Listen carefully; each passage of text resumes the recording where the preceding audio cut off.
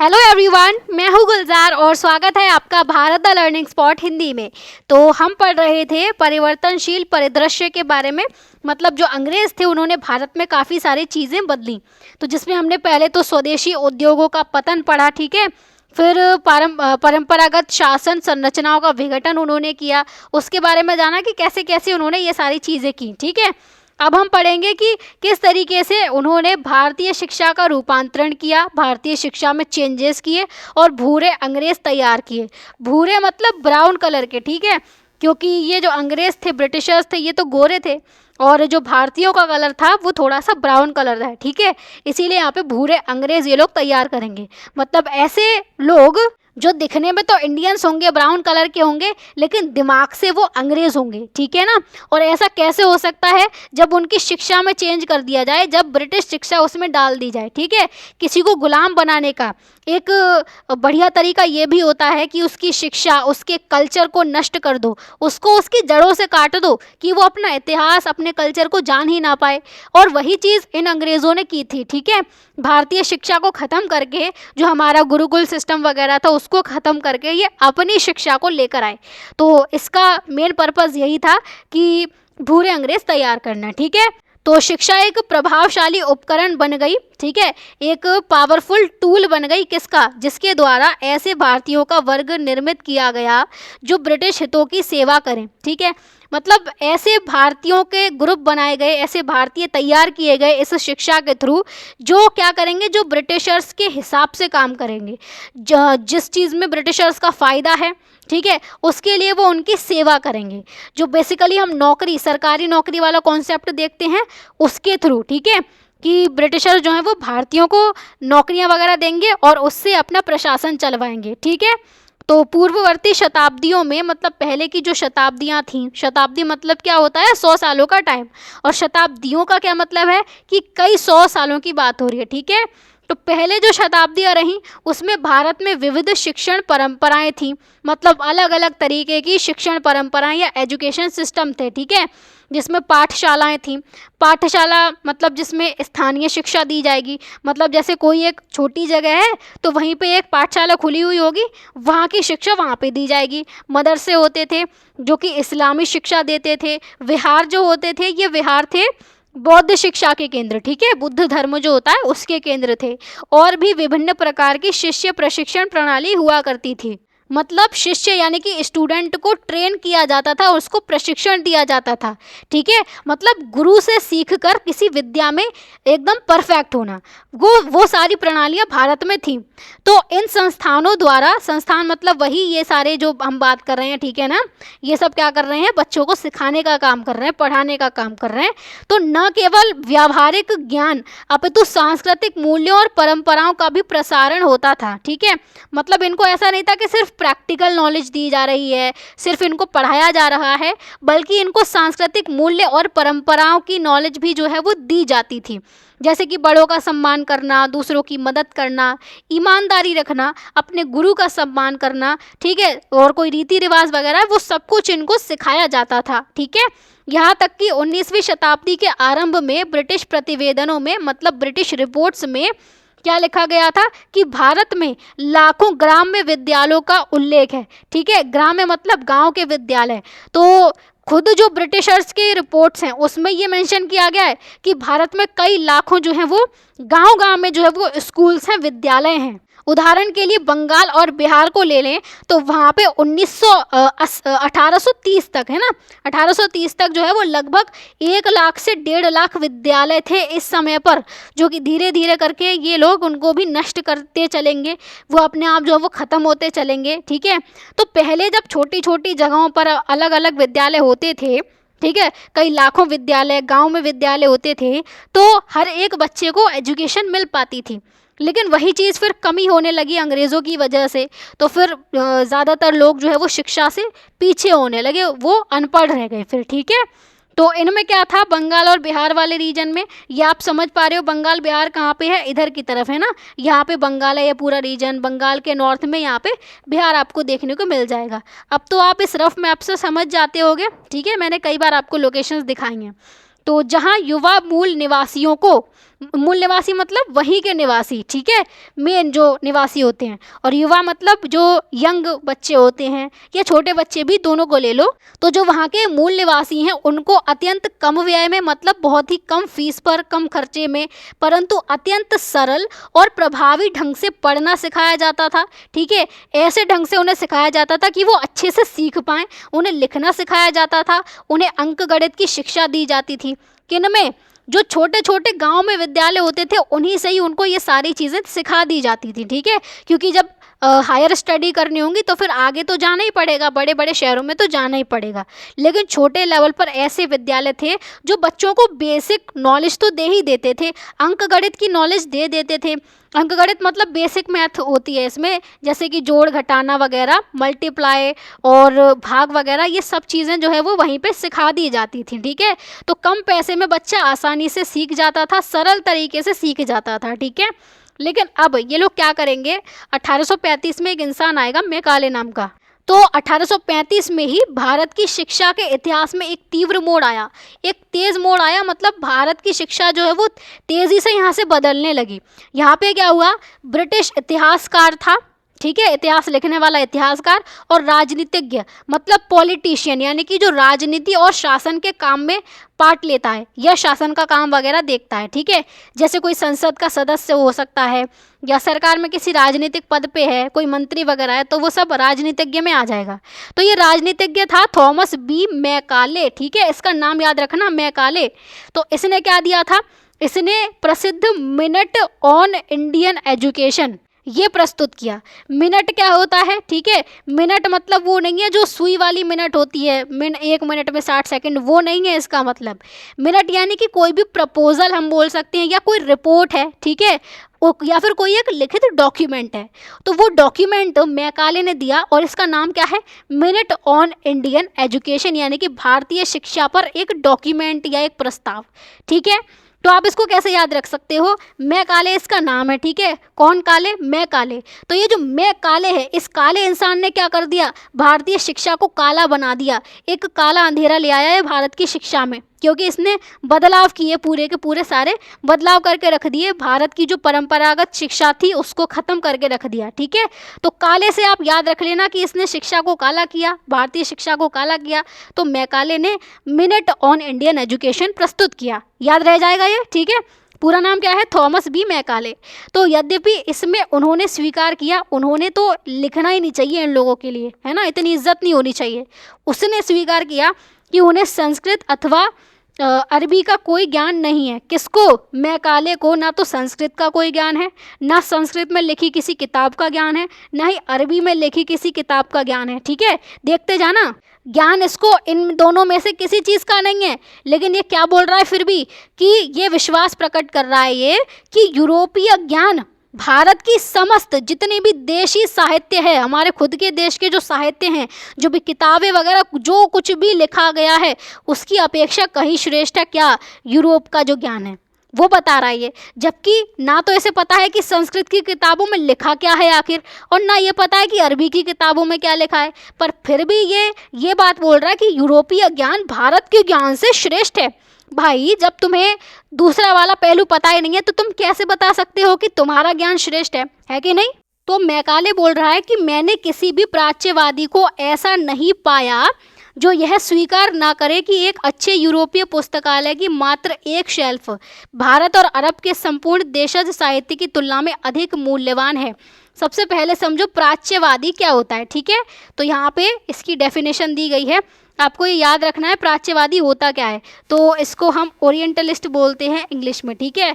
यहाँ पे क्योंकि इंग्लिश का टर्म लिखा हुआ होता है तो इसीलिए मैं बता देती हूँ। तो प्राच्यवादी का मतलब होता है, ये एक अप्रचलित शब्द है अब के समय पर, ठीक है। आज के समय पर ओरिएंटलिस्ट शब्द ज़्यादा इस्तेमाल नहीं किया जाता, लेकिन जब ये अंग्रेज़ों का शासन था तब ये इस्तेमाल किया जाता था ज़्यादा से ज़्यादा। तो इसका प्रयोग पश्चिम एशिया से लेकर सुदूर पूर्व तक के क्षेत्रों के विद्वानों के लिए होता था। ये आप मैप से समझो, ठीक है। तो यहाँ पे आपको जो महाद्वीप देखने को मिलेगा, ये वाला जो है, ये है आपका एशिया महाद्वीप, ठीक है।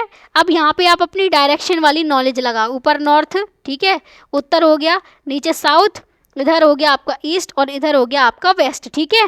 तो एशिया का ये वाला जो हिस्सा है ये वेस्ट एशिया हो गया, पूर्वी एशिया हो गया, ठीक है। भारत, पाकिस्तान, अफगानिस्तान, नेपाल, भूटान, ये सब मिला के जो है ये साउथ एशिया का पार्ट हो गए, मतलब दक्षिण एशिया का हिस्सा हो गए। और ये वाला जो एरिया आपको दिखेगा ये साउथ ईस्ट एशिया हो गया, ठीक है, क्योंकि साउथ वाली और ईस्ट वाली जो लोकेशन है या जो डायरेक्शन है, इन दोनों के बीच की जो दिशा होती है वो साउथ ईस्ट होगी, दक्षिण पूर्व होगी, ठीक है। ये सारा कॉन्सेप्ट हम पढ़ चुके हैं, इसीलिए मैं आपको जल्दी जल्दी बता रही हूँ। तो ये आपका साउथ ईस्ट एशिया हो गया, दक्षिण पूर्व एशिया, और ये वाला जो हिस्सा हुआ ये कौन सा हुआ, ये हुआ पूर्वी एशिया, ठीक है, समझ गए। तो यहाँ पश्चिम एशिया से लेकर यहाँ पूर्व एशिया तक का पूरा जो रीजन है, यहाँ पर जो भी विद्वान, यहाँ मतलब यहाँ के इतिहास वगैरह की, यहाँ के साहित्य की जो भी स्टडी करेगा, जो भी पढ़ेगा उनको, वो जो विद्वान होगा उसे हम ओरिएंटलिस्ट बोलते थे, ठीक है, उस समय पर प्राच्यवादी, ये वाले रीजन की जो भी स्टडी करेगा, समझ गए। तो इसी की बात हो रही है कि पश्चिम एशिया से लेकर जो पूर्व तक के क्षेत्रों के विद्वान थे उनके लिए प्राच्यवादी शब्द इस्तेमाल होता था, ये बात आपको याद रखनी है।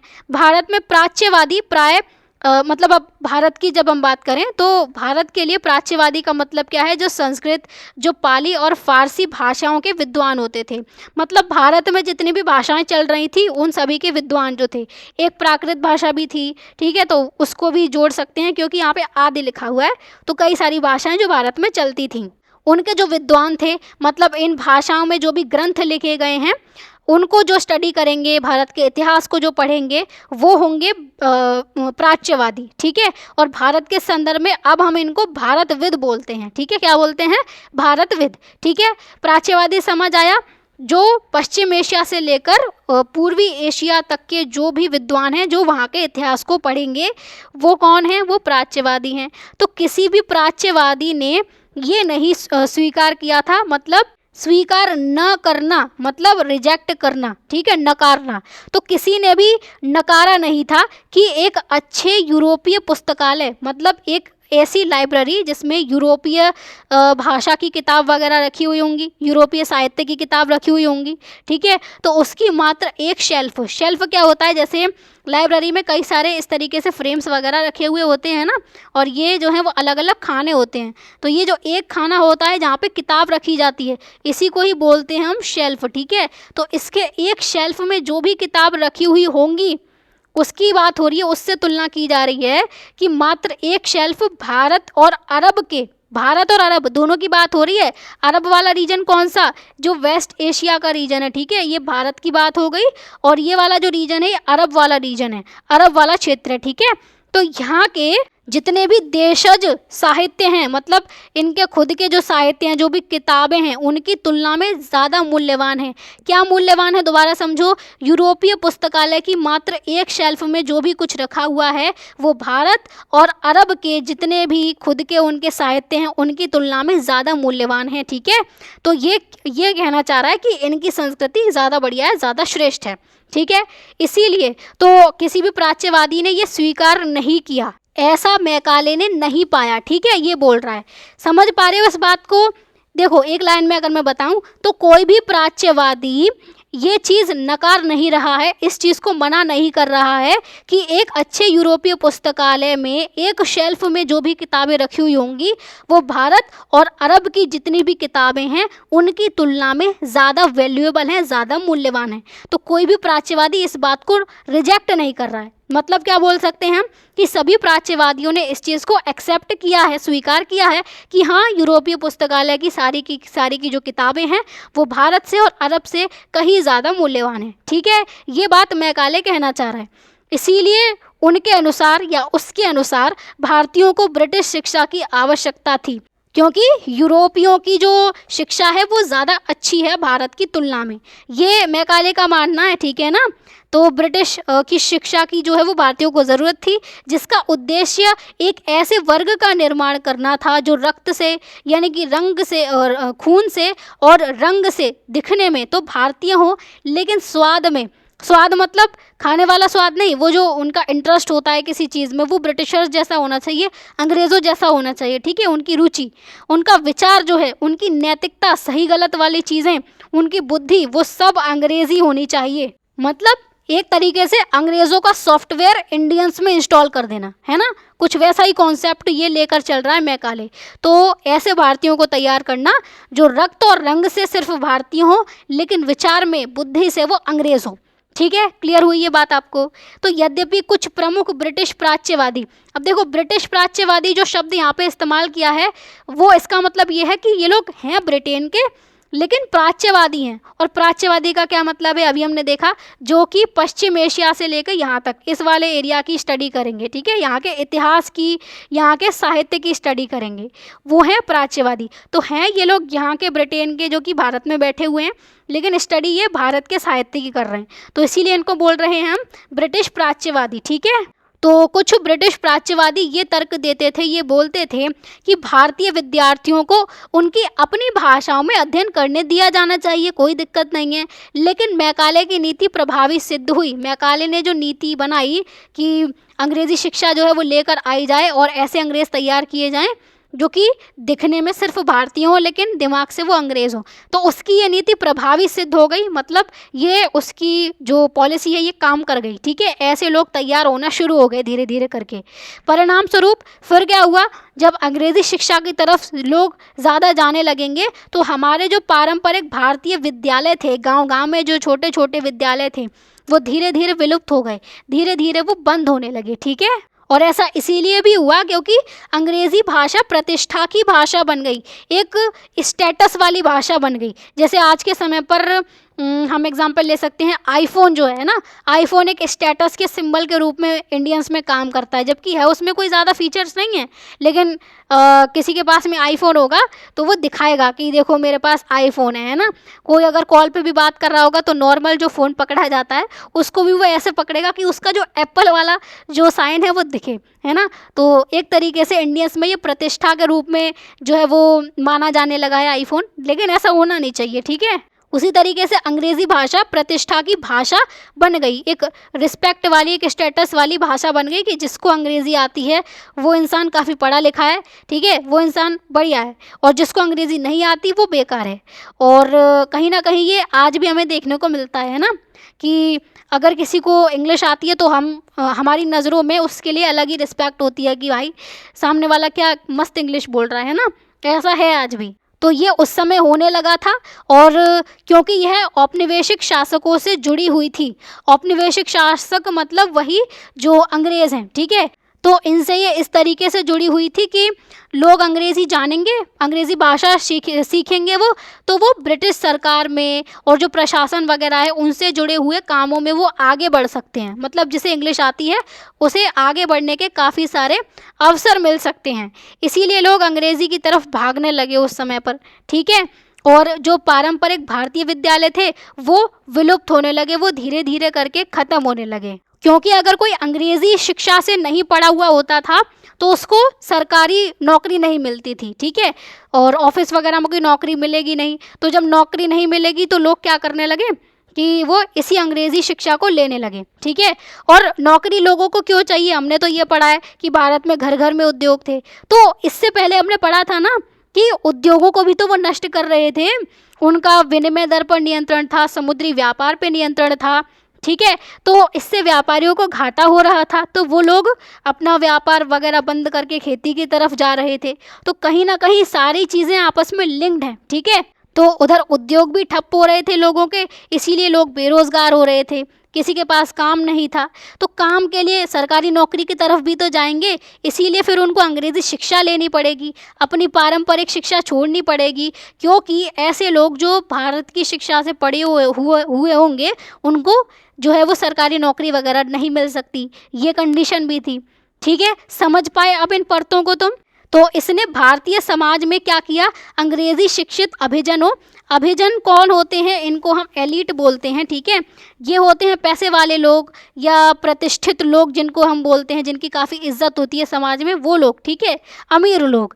तो अंग्रेज़ी शिक्षित जो अंग्रेज़ी में पढ़े हुए लोग जो हैं, एलीट लोग हैं, जो अभिजन हैं, पैसे वाले लोग हैं, और सामान्य जन हैं जो कि नॉर्मल अपने छोटे मोटे विद्यालय से पढ़ गए हैं, सामान्य लोग हैं जो अंग्रेज़ी नहीं जानते हैं, उनके बीच में एक स्थायी विभाजन उत्पन्न कर दिया। एक स्थायी विभाजन मतलब एक परमानेंट डिवाइड करके रख दिया इन दोनों को।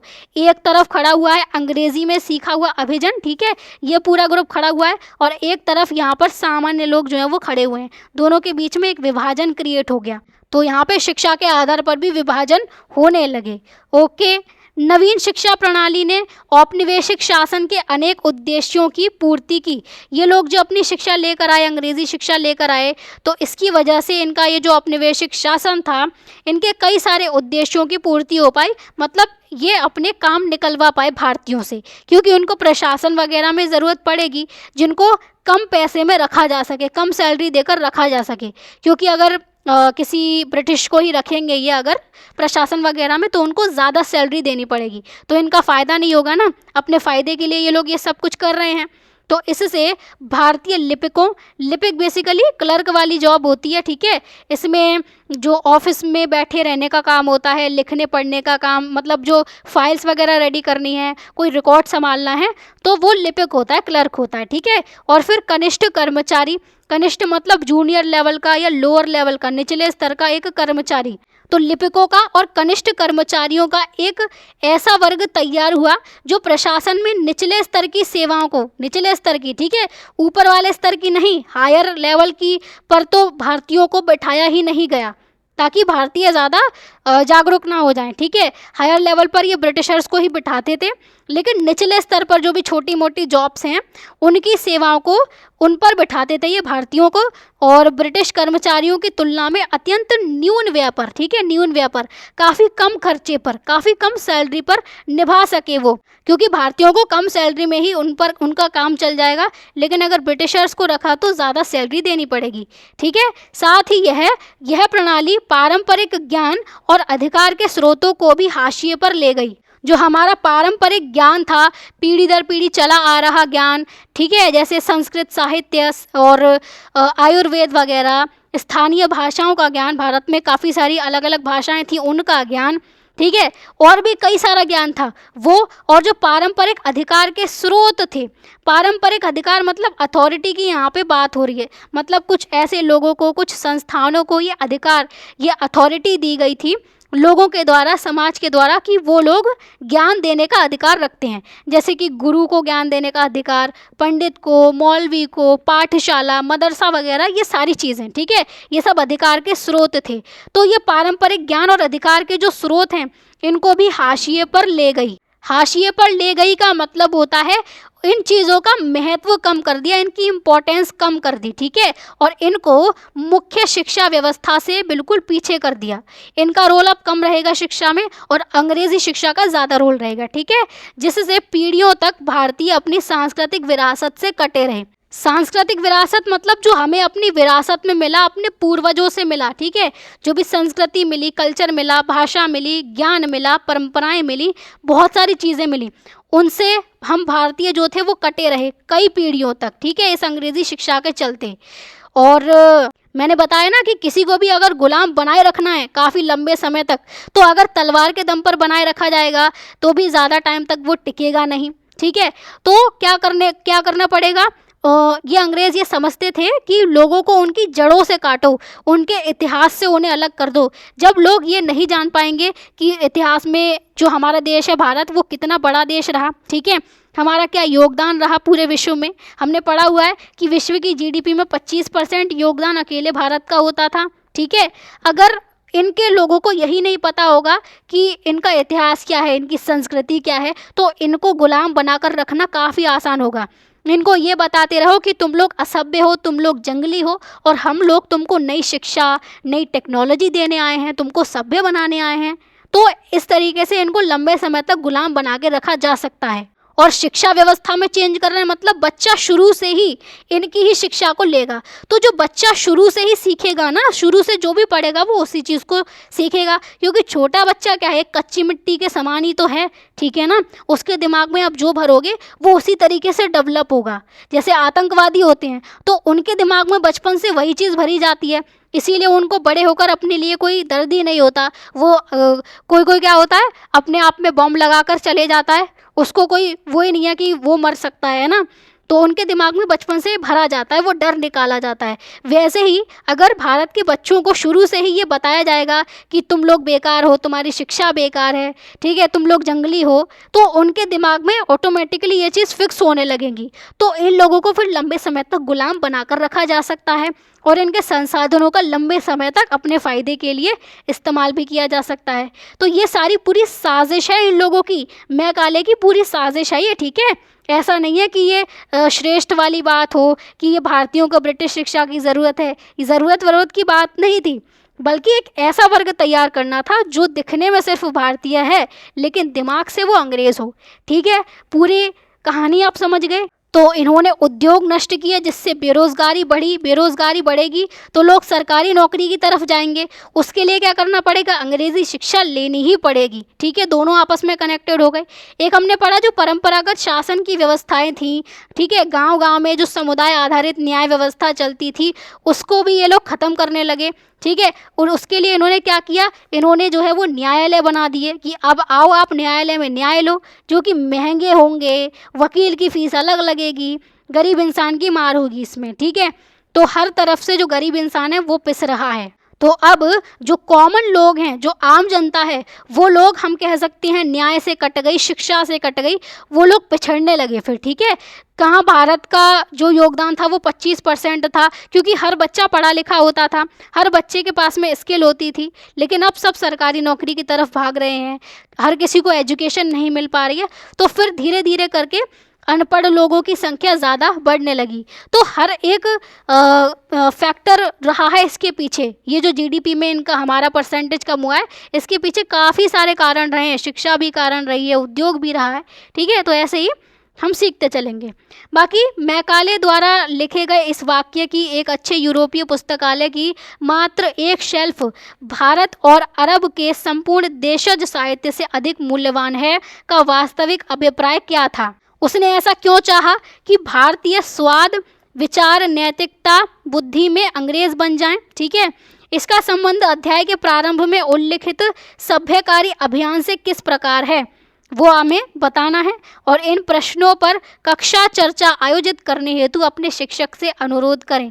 तो हमारी कक्षा चर्चा तो इसी वीडियो में होगी, ठीक है। एक एक करके हम सबके आंसर देख लेते हैं फटाफट से।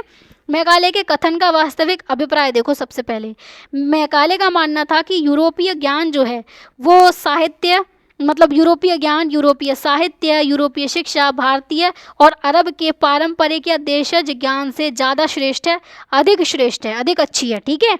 इसीलिए वो भारत की शिक्षा व्यवस्था में यूरोपीय ज्ञान और अंग्रेज़ी शिक्षा को ज़्यादा महत्व देना चाहता था, क्योंकि श्रेष्ठ हैं ये लोग। उसका यह विचार भारतीय ज्ञान परंपराओं के प्रति उसकी औपनिवेशिक और पूर्वाग्रहपूर्ण सोच को दर्शाता है। औपनिवेशिक सोच तो आप जानते ही हो, ठीक है, हमारे देश को उपनिवेश बनाकर रखना, इसके रिसोर्सेज का अपने फ़ायदे के लिए यूज़ करना। और पूर्वाग्रहपूर्ण का मतलब है बिना जाने अपनी एक तरफा धारणा इसने बना ली, पूरी तरीके से निष्पक्ष नहीं है ये, ठीक है। अपनी संस्कृति को, अपने ज्ञान को ये ज़्यादा श्रेष्ठ बता रहा है, एक तरफा इसकी धारणा है, वही है पूर्वाग्रह पूर्ण जो सोच है इसकी, ठीक है। तो उस चीज़ को दिखाता है ये। वास्तव में भारतीय और अरब सभ्यताओं की अपनी समृद्ध साहित्यिक और वैज्ञानिक और दार्शनिक परंपराएं थीं, ठीक है। ये रियलिटी है कि हमारे पास अरब वाला जो रीजन है वहाँ पे बहुत सारी चीज़ें थीं। तो दार्शनिक परंपराएं मैं आपको बता दूं तो इसमें कुछ चीज़ों पर फोकस किया जाता है, ठीक है। कुछ विचार परंपराएं वगैरह होती हैं, जैसे कि जीवन पर, जीवन का उद्देश्य क्या है, सही क्या है, गलत क्या है, हम इंसानों को, हम मनुष्य को कैसा जीवन जीना चाहिए, ठीक है, सत्य क्या है, सच क्या है, ये सब दार्शनिक परंपराएं होती हैं, फिलॉसफी जिसको बोलते हैं। तो ये सब हमारे पास में पहले से था, साहित्यिक, वैज्ञानिक और दार्शनिक परंपराएं हमारे पास थी पहले से। अगला जो क्वेश्चन है वो है कि मैकाले ने भारतीयों को स्वाद, विचार, नैतिकता, बुद्धि में अंग्रेज क्यों बनाना चाहा? तो मैकाले ऐसी शिक्षा व्यवस्था चाहता था जिससे अंग्रेजी भाषा और यूरोपीय विचारों से प्रभावित भारतीयों का एक वर्ग तैयार हो। ठीक है, इस वर्ग का उपयोग ब्रिटिश शासन के प्रशासन में लिपिकों और जो कनिष्ठ कर्मचारी हैं उसके रूप में होना चाहिए। ठीक है, इस तरह ब्रिटिश सरकार को अपने शासन को चलाने के लिए शिक्षित भारतीय कर्मचारी मिलते थे। और यहाँ पे स्वाद का मतलब केवल खाने पीने वाला स्वाद नहीं है, बल्कि यहाँ पे स्वाद का मतलब है उनकी पसंद और उनकी सांस्कृतिक रुचि। ठीक है, कल्चरल इंटरेस्ट। मतलब क्या है इसका कि अपने कल्चर में इनको ज़्यादा इंटरेस्ट नहीं आया, अपना कल्चर इनको बेकार लगे। और बेसिकली ये पैंट शर्ट वाला कल्चर और ये जीन्स वगैरह का कल्चर ये हमारा थोड़ी ना, ये इन्हीं अंग्रेज़ों का है। तो इनका ही कल्चर को हम बहुत अच्छा मानने लगे, इनकी भाषा को अच्छा मानने लगे। और हमारे देश में जो है वो धोती कुर्ता वगैरह पहना जाता था, उसको हम छोड़ते चले गए। ठीक है, तो वही चीज़ है कि पसंद में भी, स्वाद में भी अंग्रेज़ इनको चाहिए थे। ठीक है, यानी मैकाले चाहता था कि भारतीयों की भाषा, उनके विचार, उनकी नैतिकता, उनकी रुचियाँ, उनके बौद्धिक दृष्टिकोण जो हैं वो ब्रिटिश विचारों से ही प्रभावित हों। ठीक है, मतलब वो पूरे के पूरे ब्रिटिश ही होने चाहिए, बस दिखने में भारतीय होंगे, क्योंकि जो जिस तरीके से वो दिख रहे हैं वो उसको तो चेंज नहीं कर सकते ना, बाकी उन्होंने सब कुछ काम किए भारतीयों को अंग्रेज बनाने के। ठीक है, इसका संबंध अध्याय के प्रारंभ में उल्लिखित सभ्यकारी अभियान से किस प्रकार है? तो सभ्यकारी अभियान का मतलब क्या है? ब्रिटिशों के उस विचार से था कि भारतीय समाज को अपनी दृष्टि से सभ्य और आधुनिक बनाने का ये लोग दावा करते थे कि भारतीय समाज के लोग ज़्यादा विकसित नहीं हैं, जंगली लोग हैं, इनको हमें सभ्य बनाना है। ठीक है, इस बात को ये बोलते थे। शिक्षा को उन्होंने इसी उद्देश्य का एक साधन बनाया कि हम भारतीयों को क्या करेंगे, आधुनिक बनाएंगे, इसीलिए हम अंग्रेजी शिक्षा लेकर आ रहे हैं। ओके, अंग्रेजी शिक्षा और यूरोपीय ज्ञान के माध्यम से वे भारतीयों के विचारों, उनके व्यवहार, उनके सामाजिक दृष्टिकोण को बदलना चाहते थे। मतलब पूरा का पूरा भारतीयों को बदलना चाहते थे, सिंपल है। इसीलिए मैकाले का विचार सभ्यकारी अभियान से जुड़ा हुआ था, क्योंकि शिक्षा के माध्यम से ब्रिटिश अपने ज्ञान, अपनी भाषा, अपने मूल्यों को भारतीय समाज में प्रभावशाली बनाना चाहते थे। इनका मानना था कि इनका ज्ञान, इनकी भाषा, इनकी वैल्यूज़, इनका कल्चर, इनका सब कुछ जो है वो ज़्यादा श्रेष्ठ है भारतीयों की तुलना में। इसीलिए ये बोल रहे हैं कि हमारा सभ्यकारी अभियान है भारत में ये वाली अंग्रेज़ी शिक्षा लेकर आना भी। ठीक है, जबकि रियलिटी क्या है कि सिर्फ और सिर्फ भूरे अंग्रेज़ तैयार कर रहे हैं, ये इससे ज़्यादा कुछ भी नहीं है। ओके, समझ गए ये सारी की सारी बातें? ये पूरा शिक्षा से रिलेटेड टॉपिक था। ठीक है, तो शिक्षा, उद्योग, सब चीज़ें आपस में इंटरलिंक्ड हैं। समझ गए?